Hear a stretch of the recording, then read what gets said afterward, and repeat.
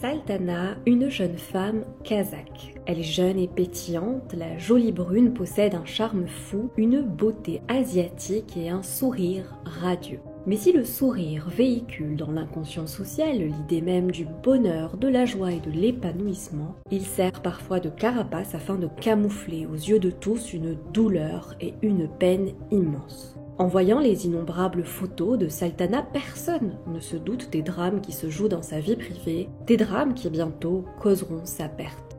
Bonjour à tous, ici Morgiane. Pouvoir, abus, violence et meurtre, découvrons ensemble le destin tragique de Saltana Nukerova, dont les derniers instants ont été immortalisés par les caméras.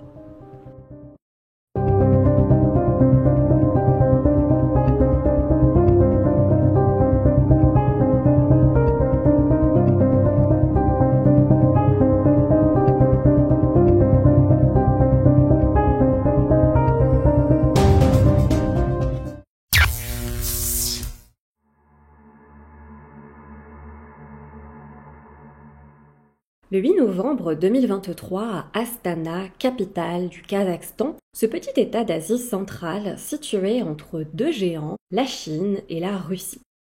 Saltana Nukerova, 31 ans, et son époux Kuandik Bishimbayev, 44 ans, assistent dans la soirée à un concert. Des amis du couple présents ce soir à leur côté constatent une ambiance tendue entre les deux époux. Le couple commence à se disputer et les deux finissent par quitter précipitamment le concert avant la fin du spectacle. Le départ est si soudain que Saltana n'a même pas le temps de récupérer son manteau resté dans les vestiaires. Le couple se rend au restaurant Beau Gastro Center qui appartient à la mère du mari, donc la belle-mère de Saltana, une certaine Almira Nurlibayeva.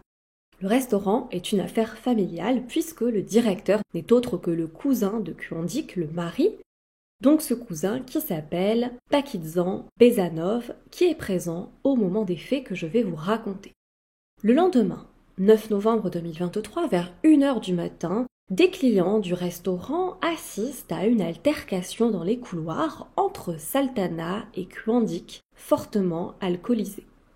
Ce dernier attrape violemment la tête de sa femme entre ses mains et se dirige vers le salon VIP du restaurant. Peu à peu, l'établissement se vide et les décorateurs arrivent vers 3h du matin et se demandent ce qu'il se passe dans ce salon VIP, puisque la porte de la pièce est close, mais on entend des bruits suspects, des bruits sourds, comme des coups, et il semble que ça cogne fort.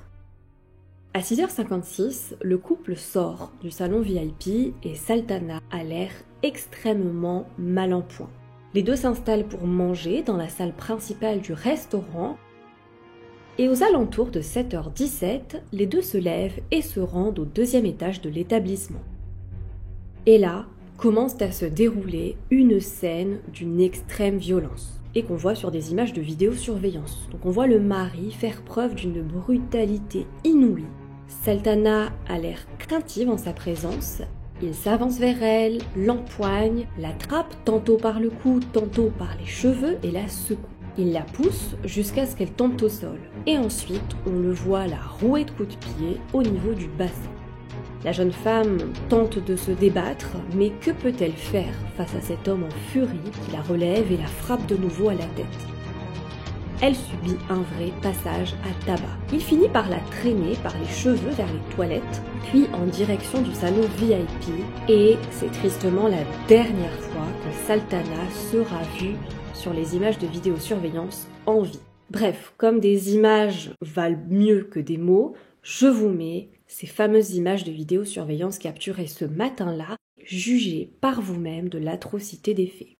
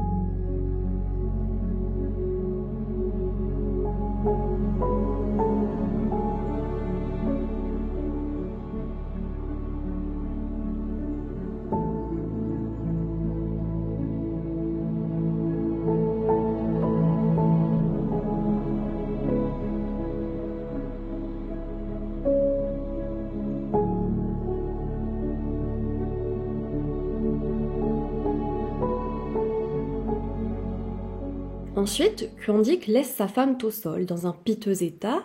Il regagne sa table au restaurant familial comme si de rien n'était pour manger. Puis, il fait quelques allers-retours au bar. Visiblement, battre sa femme, ça donne soif et ça donne faim. Et c'est pas la première fois que dans une affaire criminelle, on a le coupable qui fait une petite pause pour manger.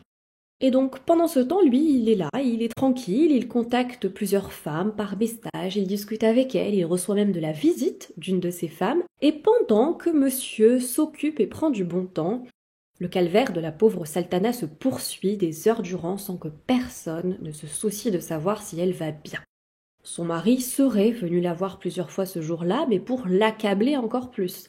Il aurait même enregistré des fichiers audio pendant qu'il était ivre et qui auraient été retrouvés sur son téléphone portable. Dans ces audios qui n'ont pas été diffusés sur Internet, donc que je n'ai malheureusement pas pu récupérer, on entendrait Kuandik s'énerver contre Saltana, l'insulter, l'humilier et l'interroger au sujet de sa prétendue relation extra-conjugale avec un autre homme. Le comble quand même quand on sait que lui échange avec plusieurs femmes pendant que son épouse gît dans le salon VIP dans un piteux état. Ensuite, à un moment, Saltana, la trentenaire installée dans le salon VIP du restaurant, elle perd soudain connaissance.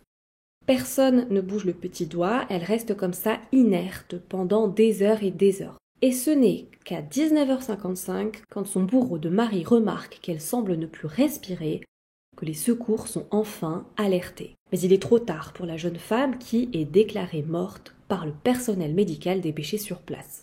En raison de l'état du corps de Saltana couverte de sang et d'échymose, et pour éclaircir les causes du décès, une autopsie est demandée. Les conclusions sont effarantes. Il s'avère qu'elle est décédée 6 à 8 heures avant l'arrivée des secours. Donc, en gros, elle serait morte entre midi et 14 heures. Et c'est horrible de penser que cette femme est décédée seule dans une salle du restaurant et ce, dans l'indifférence totale. Ensuite, le médecin légiste conclut que la cause de la mort est un traumatisme crânien et il explique qu'il a constaté une lésion cérébrale due à des contusions externes et des blessures multiples ainsi que des abrasions qui ont en fait provoqué une accumulation de sang dans la boîte crânienne, 230 ml de sang. Il note aussi la présence de signes de strangulation et pour finir, il estime que Saltana aurait reçu environ 13 coups à la tête, 13 coups d'une violence extrême. Selon le légiste, la femme est morte à la suite d'une longue et douloureuse agonie. La pauvre Saltana a souffert jusqu'au bout.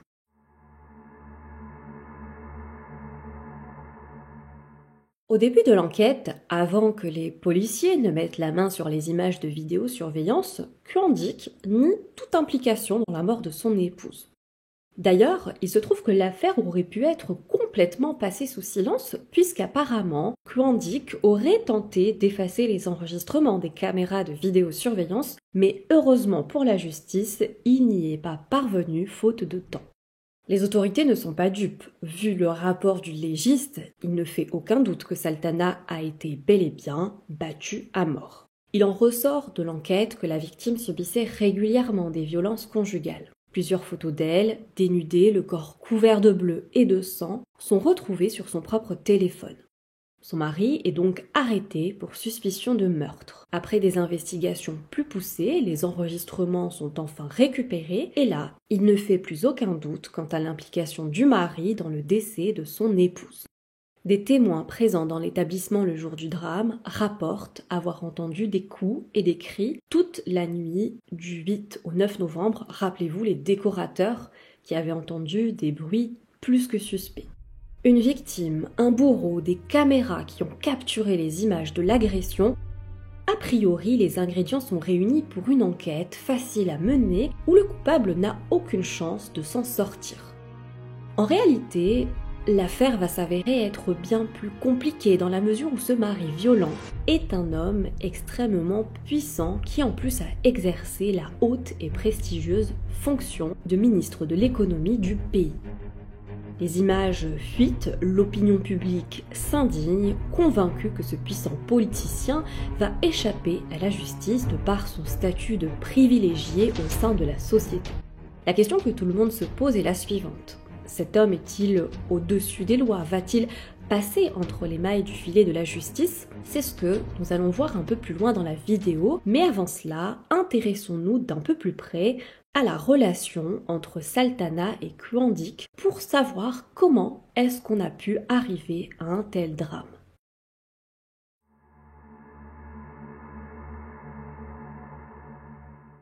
Saltana grandit et étudie à Pavlodar, dans le nord du pays, une ville frontalière avec la Russie. À la fin de ses études, elle part à 1400 km de sa ville natale et pose ses valises à Amlati chez son grand frère Etbek à Mangeldi. Elle exerce la profession d'astrologue et rêve d'ouvrir une école pour enseigner cette discipline. C'est dans la sphère professionnelle que Saltana fait la rencontre de Kuandik. En fait, l'homme célibataire, divorcé 2 fois et père de 4 enfants, tente plusieurs fois de prendre rendez-vous avec elle, mais la jeune femme refuse. L'homme est une personnalité au Kazakhstan, un ex-ministre et a très mauvaise réputation. En 2017, après son mandat, il a baigné dans des affaires louches liées à de la corruption et avait même été condamné à 10 ans de prison avant de se faire gracier par le président de l'époque quelques années plus tard. Malgré le refus de Saltana de le recevoir dans le cadre de son travail, en raison de sa mauvaise réputation, Kuandik persévère. Il obtient, on ne sait par quel moyen, le numéro de téléphone de la jeune femme et l'inonde de messages. Face à l'insistance de cet homme, Saltana accepte de lui fixer un rendez-vous et il se trouve que de fil en aiguille, les deux se rapprochent et à peine quelques mois après leur première rencontre, Saltana et Kuandik se marient en décembre 2022. Ce mariage, qui arrive très vite, est vu d'un très mauvais œil par la famille de Saltana qui n'apprécie pas trop leur gendre en raison de son passé sulfureux. Une fois la bague au doigt, le piège se referme doucement sur Saltana. Son mari commence à lui interdire de travailler pour l'isoler de ses relations sociales, puis c'est le début des violences physiques et psychologiques. La jeune femme, à maintes reprises, envoie à Etbek, son frère, des photos de son visage tuméfié et couvert d'ecchymoses. Pour qu'il puisse les garder, les enregistrer, elle a trop peur de les garder sur son propre téléphone et que Kuandik ne les retrouve et que ça le rende encore plus agressif. Son frère l'encourage du mieux qu'il le peut à quitter son mari violent, mais malheureusement Saltana n'a pas trouvé le courage d'agir avant qu'il ne soit trop tard.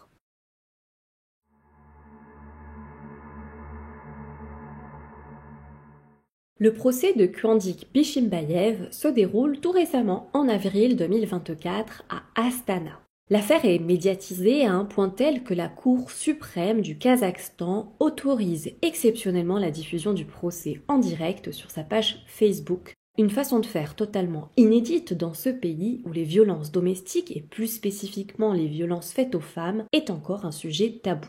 L'ancien ministre et homme d'affaires apparaît dans le box des accusés et fait face à plusieurs accusations graves. Meurtre violent, torture, crimes graves à répétition. En dépit des nombreuses preuves à son encontre, dont quand même des images filmées, je vous le rappelle, l'accusé persiste à minimiser les conséquences de ses actes. Il dit avoir tué sa femme involontairement et qu'il voulait, entre guillemets, juste la battre et que ça a dérapé. Il plaide non coupable. Les avocats du meurtrier choisissent une ligne de défense qui va certainement vous choquer.